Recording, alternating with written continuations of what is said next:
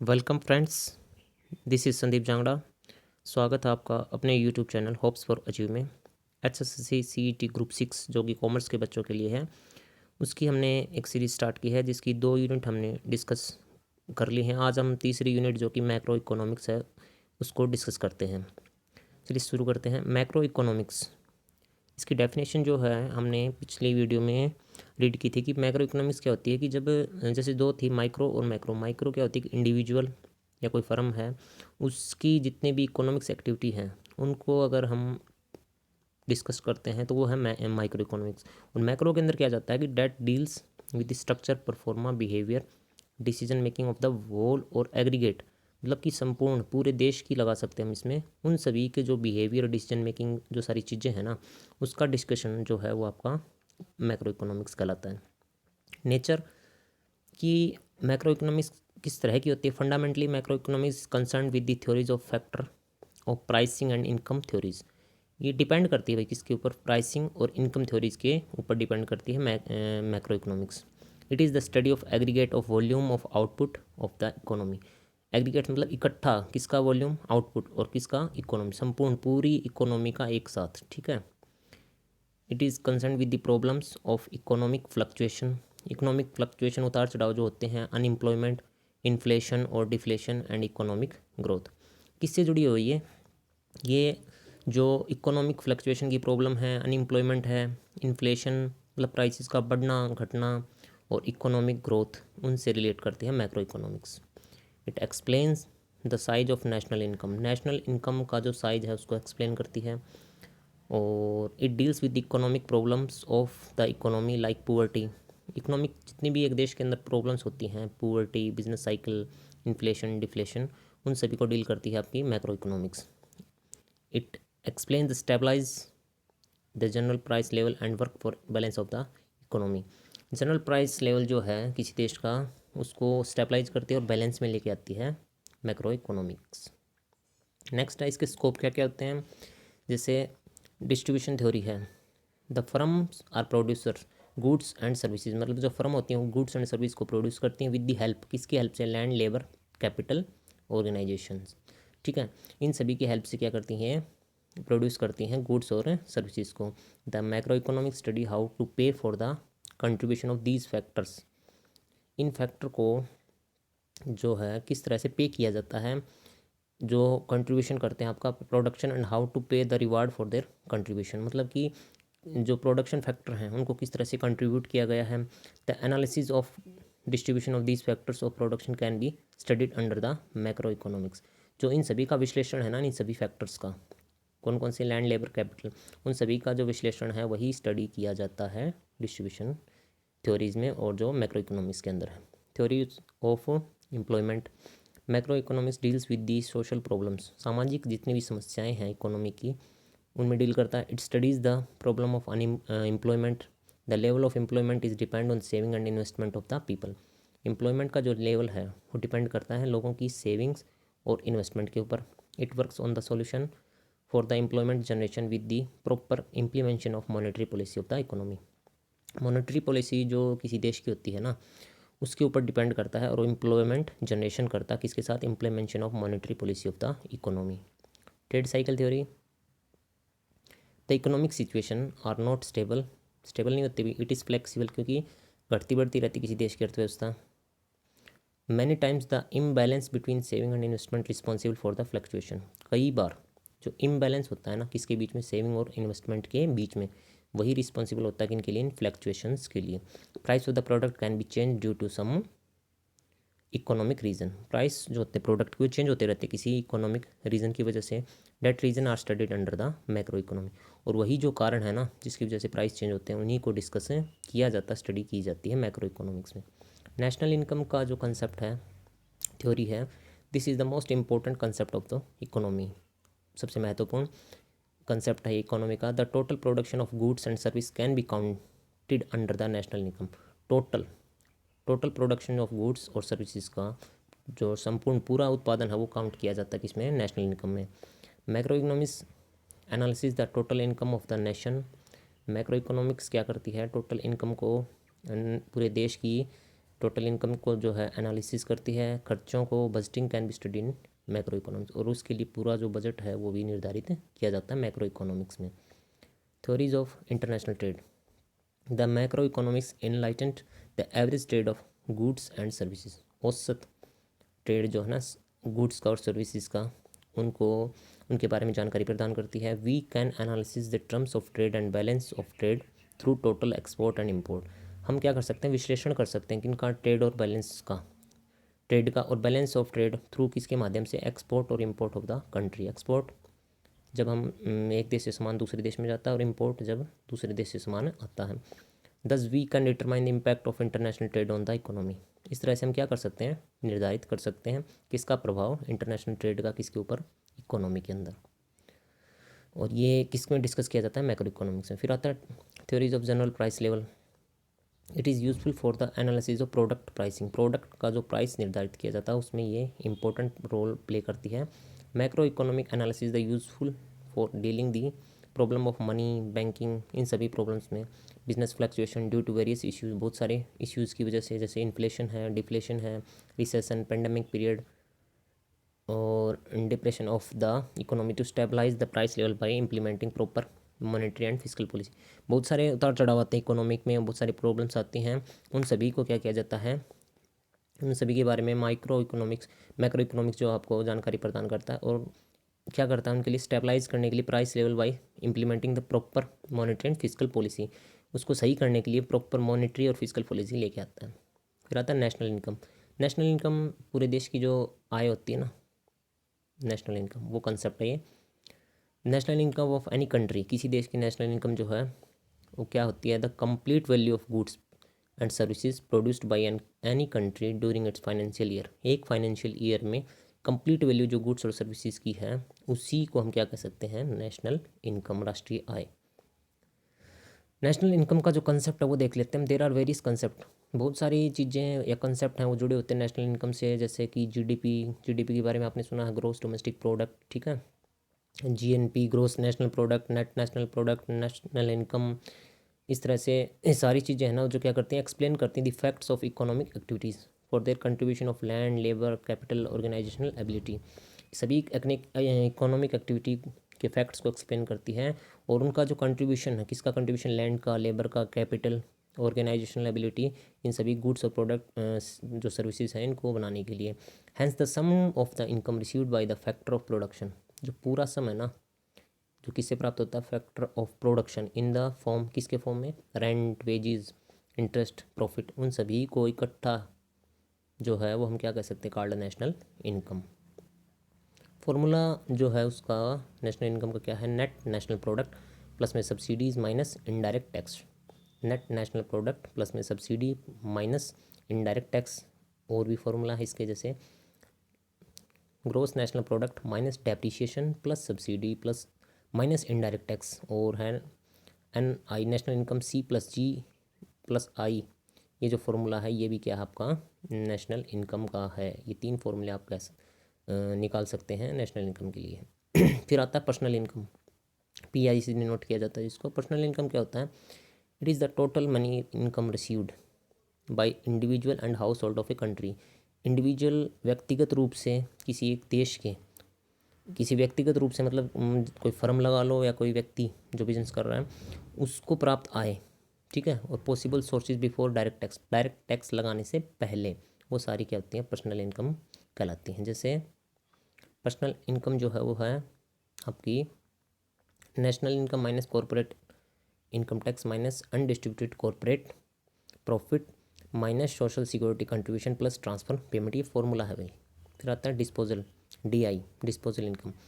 ये क्या है, जो पर्सनल इनकम थी उसमें से it is the income left with the individual, जो इंडिविजुअल के पास रहती है क्या करने के बाद, after the payment of direct taxes. PI में से, ठीक है, डायरेक्ट टैक्सेस निकाल देने के बाद जो बचता है वो आता है आपके पास disposal income. It is the actual income left for disposal और that can be spent for consumption by individual. Use किया जा सकता है, कंजम्स किया जाए जिसके, जो इंडिविजुअल के द्वारा, वो आपकी डिस्पोजल इनकम है।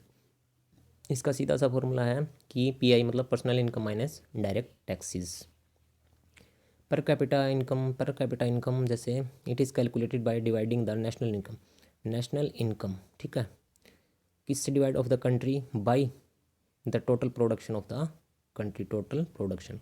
नेशनल इनकम को टोटल प्रोडक्शन से डिवाइड करने से जो निकल के आता है ना वही आपका पर कैपिटा इनकम होती है। जैसे पर कैपिटा इनकम जो है total national income divide by total national product. Measurement of national income, तीन तरह से हम इसको मेज़र कर सकते हैं भाई, इनकम मेथड, प्रोडक्ट या फिर value added method, expenditure method.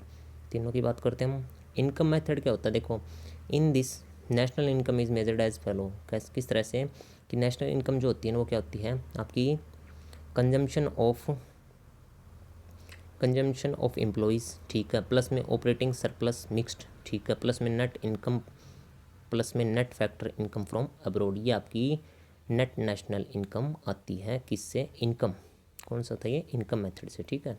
फिर आता है जहाँ पे जो ये WRPI है ना, ये क्या है, wages and salaries, rental income, P से प्रॉफिट और I से मिक्स्ड इनकम, ये नेट नेशनल इनकम निकालने का फॉर्मूला है इनकम मेथड में। Product value added method, in this national income is measured as flow of goods and services, goods और services का जो फ्लो है ना उसके रूप में मापी जाती है क्या, नेशनल इनकम। कैसे, national income is equal to gross national product minus cost of capital, ठीक है, माइनस कर देते हैं डेप्रिसिएशन और माइनस कर देते हैं इनडायरेक्ट टैक्सेस, ये आपकी निकल के आती है नेशनल इनकम।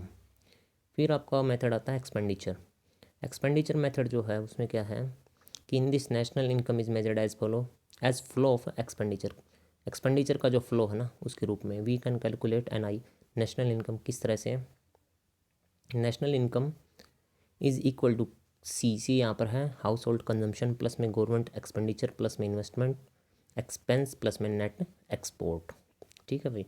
फिर आता है circular flow of income, the circular flow of income model is graphical representation होता है भाई इस तरह से एक तरह, ठीक है, graphical representation of cyclic movement of money between house hold and business, मतलब कि हाउस होल्ड के और बिजनेस के बीच में जो साइक्लिक मूवमेंट है ना किसका, मनी का, पैसे का किसी इकोनॉमी के अंदर, depicting the exchange of labour and resources from income and the subsequent spending of that income on goods and services produced by business. Flow है ये, ठीक है, फ्लो है हाउस होल्ड और किसी बिजनेस के बीच में किसका, मनी का, ठीक है। नेक्स्ट, इस मॉडल के अंदर क्या होता है, income consist of two components, दो कंपोनेंट होते हैं, एक तो होती है firm company that produce goods and पे वेजेस टू एम्प्लॉय, प्रोड्यूस करती हैं जो गुड्स को और वेजेस पे करती हैं एम्प्लॉय को, ठीक है। हाउस होल्ड क्या करते हैं, इंडिविजुअल होते हैं हु रिसीव वेजेस, जो वेजेस रिसीव प्राप्त करते हैं फ्रॉम फर्म से, while simultaneously purchasing the goods and services from the firm, साथ साथ ये गुड्स और सर्विसेज भी क्या करते हैं, परचेज करते हैं इन फर्मों से, ठीक है। गवर्नमेंट रिसीव टैक्सेस, गवर्नमेंट क्या प्राप्त करती है भाई, टैक्सेस। ये सारा ना मनी का सर्कुलेशन आप देख सकते हैं इसके अंदर, ठीक है। फर्म थी, फिर हाउस होल्ड, फिर गवर्नमेंट। ये गवर्नमेंट में क्या है, government receive money taxes from firms and household then uses tax revenue to pay for public services, और फिर इसी टैक्स का रिवेन्यू का यूज़ करती है पब्लिक सर्विसेज को पे करने के लिए। फिर आता है foreign sector is responsible for exporting and importing goods. Foreign sector में क्या होता है, एक्सपोर्ट और इम्पोर्ट, और उन्हीं चीज़ों के लिए रिस्पॉन्सिबल है, दस facilitating and exchange of money between the domestic economy and the rest of world. इसमें क्या होता है कि डोमेस्टिक इकोनॉमी और जो रेस्ट ऑफ वर्ल्ड है उनके बीच में वस्तुओं का आदान प्रदान और वहाँ पर जो मनी का सर्कुलेशन है वो, तो ये आपकी क्या थे, सर्कुलेशन ऑफ इनकम एक तरह से, ठीक है। फिर आता है consumption function is an economic formula that measure the relationship, ये रिलेशनशिप मेजर करता है किसके बीच में, इनकम के बीच में और total consumption of goods and service, goods और सर्विस पे टोटल कंजम्पशन कितना है और इनकम, इन दोनों के बीच में जो रिलेशन है ना वही आपका कहलाता है कंजम्पशन फंक्शन, ठीक है। इसको सबसे पहले ना किसने इंट्रोड्यूस किया था, the consumption function was introduced by John Maynard Keynes ने इनको जो क्या है इंट्रोडक्शन दिया था। Economist and leader can use the consumption function to make important economic and investment decision, ठीक है भाई। कंजम्पशन फंक्शन का यूज़ कर सकते हैं इकोनॉमिस्ट और लीडर बहुत सारे जो इन्वेस्टमेंट और इकोनॉमिक डिसीजन है ना उनको लेने के लिए इसकी हेल्प ले सकते हैं। फिर आता है जो आपका अदर इकोनॉमिस्ट है वो come up with variations of the consumption function over time including those developed by Franco Modigliani and Milton Friedman. बहुत सारे इकोनॉमिस्ट हैं ना, उन्होंने चेंज किए, वेरिएशन लेके आए हैं वो कंजम्पशन फंक्शन के समय समय पर। एक फॉर्मूला आपके सामने है कि कंजम्पशन जो है ना वो है A+MD। अब यहाँ पर A+MD ये जो फॉर्मूला हो क्या है, कंज्यूमर स्पेंडिंग C से, ठीक है।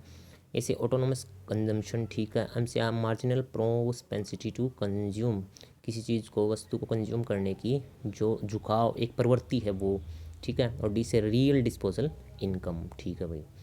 फिर आता है इन्वेस्टमेंट फंक्शन। इन्वेस्टमेंट फंक्शन क्या होता है, स्ट्रेटजी और कंसेप्ट। एक स्ट्रेटजी है या फिर एक अवधारणा है किसकी, इकोनॉमिक्स की, that helps in identifying the connection, जो हेल्प करती है कनेक्शन ढूंढने की, पहचानने किसके बीच में, shift in the investment pattern, जो आपका इन्वेस्टमेंट पैटर्न शिफ्ट होता है ना वो क्यों हो रहा है, और people and other variable factor affecting investment in an economy known as investment function, ठीक है। ये इकोनॉमिक कंसेप्ट है और जो हेल्प करता है कनेक्शन आइडेंटिफाई करने में किसके बीच में, इन्वेस्टमेंट पैटर्न्स ऑफ पीपल, लोगों के इन्वेस्टमेंट पैटर्न जो हैं वो, और साथ में अदर वेरिएबल फैक्टर जो हैं वो, और जो अफेक्ट करते हैं इन्वेस्टमेंट को इन एन इकोनॉमी, किसी इकोनॉमी के अंदर, उसी को बोलते हैं हम इन्वेस्टमेंट फंक्शन। इंड्यूस्ड इन्वेस्टमेंट देखो भाई, the investment which depends upon the profit expectation, जो प्रॉफिट एक्सपेक्टेशन पे डिपेंड करते हैं वो इंड्यूस्ड इन्वेस्टमेंट होते हैं। And has a direct influence of income level, income level का जिनका मतलब डायरेक्ट प्रभाव पड़ता है, is known as induced investment. मतलब इनकम लेवल से जुड़े हैं एक तरह से आप कह सकते हो, प्रभावित होते हैं ये, और प्रॉफिट एक्सपेक्टेशन होती है। ऑटोनोमस इन्वेस्टमेंट, ऑटोनोमस में क्या होता है, the investment on which the change in income level does not have any effect, income level में जो चेंज होता है ना उसका कोई प्रभाव नहीं पड़ता। And is induced only by profit motive, ये केवल प्रॉफिट मोटिव से प्रभावित होता है, ये होता है ऑटोनोमस इन्वेस्टमेंट, ठीक है। फिर आता है मल्टीप्लायर। मल्टीप्लायर क्या होता है, the multiplier shows us what the eventual change in income will be as a result of change in investment. Investment में चेंज होने से आपकी जो इनकम है ना उसमें क्या फ़र्क पड़ रहा है, क्या चेंजेज हो रहे हैं, वो आपका मल्टीप्लायर है। Change in investment lead to change in income, मतलब कि इन्वेस्टमेंट में चेंज हो रहा है ना, कमी या वृद्धि हो रही है, तो आपकी उससे आपकी इनकम जो है उसमें क्या फ़र्क पड़ रहा है, क्या चेंजेज हो रहा है, वो मल्टीप्लायर शो करता है। एक्सीलरेशन प्रिंसिपल क्या है, the acceleration principle hold that the demand for capital good is derived demand, ठीक है। डिराइव्ड डिमांड है प्राप्त मांग एक तरह से, and that change in the demand for output lead to change in demand for capital stock. एक तरह से प्रिंसिपल, एक्सीलरेशन प्रिंसिपल जो है वो कहता है that the demand for capital good की जो डिमांड है वो प्राप्त मांग है, और that change in the demand जो चेंज करती है फॉर आउटपुट, आउटपुट की डिमांड चेंज होने से चेंज होता है किसमें, डिमांड फॉर कैपिटल स्टॉक, और हैंस लीड टू इन्वेस्टमेंट। और आउटपुट की डिमांड चेंज होने से आपकी सीधी सी बात है कैपिटल स्टॉक की डिमांड चेंज होती है, और इससे इन्वेस्टमेंट लीड करता है।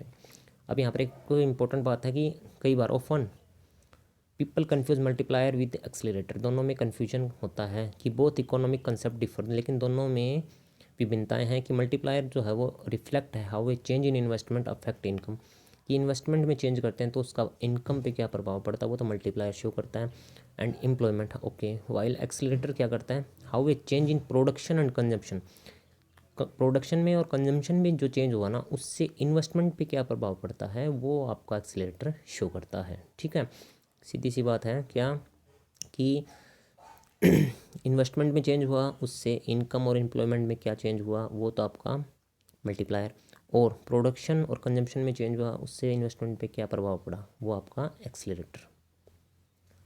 क्लासिकल थ्योरी ऑफ इनकम की, classical theory of income and employment state that full employment is normal feature, full employment है ना एक नॉर्मल फीचर है कैपिटलिस्ट इकोनॉमी का, पूंजीवादी अर्थव्यवस्था का। The classical theory of employment rules out the possibility of unemployment in a free market economy. According to classical economics the economy would never be in full employment equilibrium, मतलब कि full employment equilibrium नहीं होगा कि जहाँ पे पूरा resources का पूरा यूटिलाइजेशन किया जा रहा हो, ऐसा नहीं होगा। ये क्लासिकल थ्योरी ऑफ इनकम है, यहाँ पर पॉसिबिलिटी रहती है unemployment in free market. Keynesian theory of income कहती है कि income and employment in a short period, level of national income and so of employment is determined, national income का level और एम्प्लॉयमेंट का लेवल डिटरमाइन किया जाता है किससे, एग्रीगेट डिमांड और aggregate supply of country.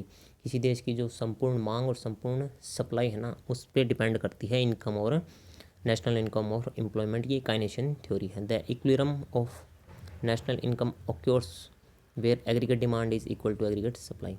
Equilibrium की पोजीशन कब आती है, जब एग्रीगेट डिमांड आपकी एग्रीगेट सप्लाई के इक्वल होती है। ये थी काइनेशियन थ्योरी।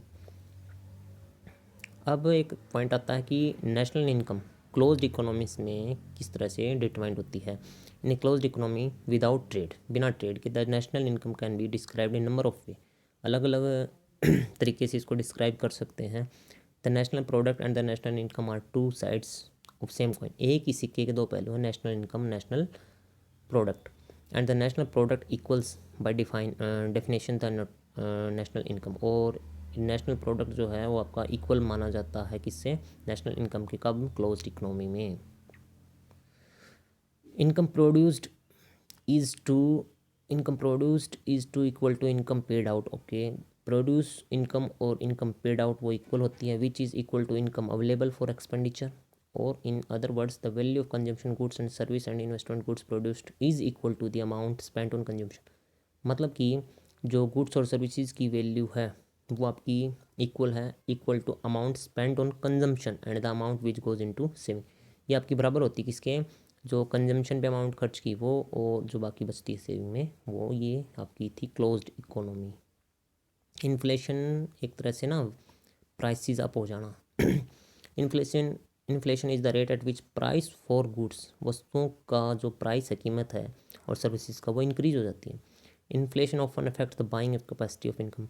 प्राइस बढ़ेगा तो भाई जो कंज्यूमर होती है ना, उनके क्या होते हैं कि कैपेसिटी, बाइंग कैपेसिटी, खर्च परचेज करने की क्षमता प्रभावित होती है। कारण क्या होते हैं, money supply. Excess currency supply in an economy is one of the primary cause of inflation. ज़्यादा जो आपकी मनी सप्लाई हो जाती है ना किसी इकोनॉमिक में, वो मुख्य कारण है इन्फ्लेशन का। This happen when the money supply circulation in a nation grow above the economic growth. Economic growth से ऊपर जब चली जाती है ना सप्लाई, तब ये मनी सप्लाई की प्रॉब्लम होती है। Therefore reducing the value of the currency, तब करेंसी की वैल्यू रिड्यूस करनी पड़ती है। नेशनल डेप्ट किसका कारण है, there are a number of factor that influence national डेप्ट। बहुत सारे ऐसे फैक्टर हैं जो नेशनल डेप्ट को प्रभावित करते हैं, which include the nation borrowing and spending. जो किसी देश की बोरो करने की, उधार लेने की और खर्च करने की क्षमता को प्रभावित करते हैं, और इससे भी आपका इन्फ्लेशन होता है। Demand pull effect. Demand pull effect states that in a growing economy, किसी ग्रोइंग इकोनॉमी में, विकासशील अर्थव्यवस्था में, as wages increase with in economy, मतलब वेजेज बढ़ती हैं ना, तो पीपल, लोगों के पास will have the more money, ज़्यादा पैसे होंगे खर्च करने के लिए, किस पे, गुड्स एंड सर्विसेज पे। The increase in demand for goods, मांग में वृद्धि होगी ना सर्विसेज और गुड्स की, तो ऑटोमेटिक क्या होगा, प्राइसेस में वृद्धि होगी। ये आपका डिमांड पुल इफेक्ट है, इससे इन्फ्लेशन बढ़ेगा। फिर आता है cost push effect. This theory state that when company faced increased input cost, input cost अगर उनको ज़्यादा लग रही है ना, फेस कर रहे हैं रॉ मटेरियल की और वेजेस की, किसी वस्तु को बनाने में, कंज्यूमर गुड्स को बनाने में, they will preserve their profitability by passing the increase production cost to the end consumer in the form of increase price. अगर उनको कीमत ही ज़्यादा पड़ रही है, लागत ही ज़्यादा पड़ रही है ना, तो फिर उसके अंदर वो प्रॉफिट ऐड करेंगे, ठीक है, तो प्राइस ऑटोमेटिक क्या बढ़ेगा। मतलब किसी वस्तु को बनाने के लिए रॉ मटेरियल चाहिए और उसी की लागत उनको ज़्यादा पड़ रही है, तो फिर उसको वो सेलिंग प्राइस है ना वो ज़्यादा करके दिखाएंगे। ये भी कारण आपका कोस्ट पुश इफेक्ट है, ये इन्फ्लेशन का कारण बनती है।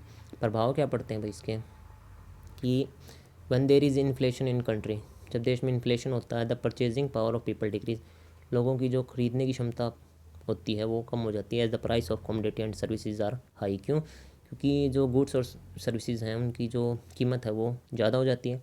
Value of currency unit decrease, जो करेंसी का रेट है ना वो डिक्रीज हो जाता है।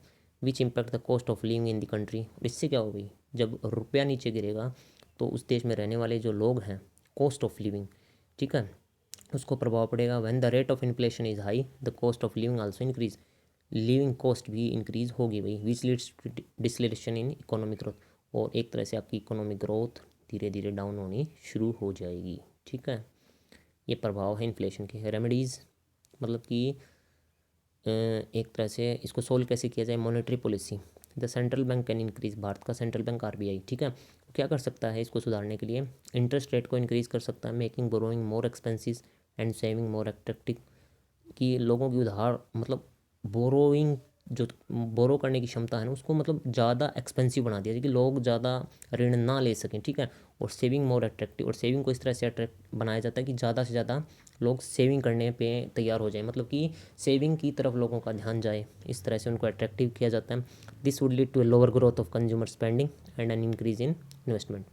इससे लोगों की जो स्पेंड करने की क्षमता है ना कंज्यूमर की, वो लोअर ग्रोथ होगी और इन्वेस्टमेंट क्या होगा आपका, इंक्रीज़ होगा। नेक्स्ट है controlling money supply. Money supply को कंट्रोल करके as the part of monetary policy many countries have set up an inflation target. बहुत सारे देशों ने ना अपना एक इन्फ्लेशन टारगेट सेट कर रखा है। The reason for this is if people believe the inflation target is credible then it will also help decrease inflation expectation, it will result in controlled inflation। Control money supply एक तरह से ना कह सकते हैं कि बहुत सारे लोगों ने इसको सेट कर रखा है। और द रीज़न फॉर दिस, इसका कारण क्या, people believe inflation target is credible, मतलब लोग जानते हैं कि इन्फ्लेशन जो टारगेट है ना वो क्रेडिबल है, then it will also help to decrease inflation expectation. और वो टारगेट के पास जब जाने लगता है इन्फ्लेशन तो क्या करता है, ये हेल्प करता है, he also help to decrease inflation expectation, it will result in control inflation. तो आपका जो इन्फ्लेशन है वो कंट्रोल में रहता है। कंट्रोल्ड मनी सप्लाई है ये।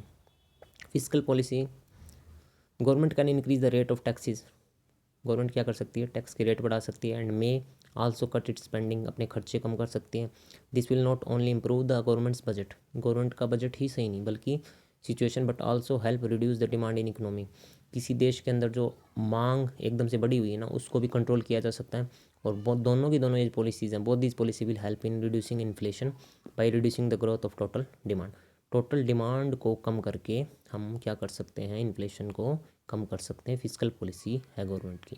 Veg control, if inflation is caused by due to wages, wages की वजह से इन्फ्लेशन बढ़ा है, then limiting the growth of wages can also help to control inflation. तो वेजेस को जो लिमिट करके हम इस पे इन्फ्लेशन पे कंट्रोल कर सकते हैं। Low wages growth will help in reducing cost push inflation, मतलब कि लो वेजेस होगी तो आपकी कॉस्ट पुश इन्फ्लेशन को प्रभाव पड़ेगा, along with moderating the demand pull inflation. Demand मतलब कि जो है वो कम होगी, मतलब अगर आपकी वेजेस लोगों की कम होगी तो कॉस्ट पुश इन्फ्लेक्शन कम होगा और इससे आपकी डिमांड कम होगी। वेज कंट्रोल आपका एक तरह से पॉइंट है किसको कम करने का, इन्फ्लेशन को रोकने का। चलिए नेक्स्ट जो टॉपिक आपका बिजनेस साइकिल। ये business cycle refers to economic fluctuation, अर्थव्यवस्था के अंदर जो फ्लक्चुएशन होते हैं ना उसको रेफर करता है between periods of expansion and contraction. Factors such as gross domestic product, interest rate, total employment, consumer spending can help determine the current economic cycle stage. एक तरह से ना जैसे जो बिजनेस साइकिल आपकी एक तरह से इस तरह से कह सकते हो आप, ठीक है, इस तरह से आप एक तरह से इसको ग्राफिकली रिप्रेजेंट कर सकते हैं। फेजेस इसके अंदर expansion, during expansion the economic experience relatively rapid growth, एक तरह से ना रैपिड ग्रोथ होती है इसके अंदर बहुत ज़्यादा। Interest rate tend to be low, interest के जो रेट होते हैं वो लो होते हैं, एंड प्रोडक्शन इंक्रीज, प्रोडक्शन बढ़ता है एक तरह से ऐसे बढ़ता हुआ, ठीक है, एक्सपेंशन स्टेज है ये।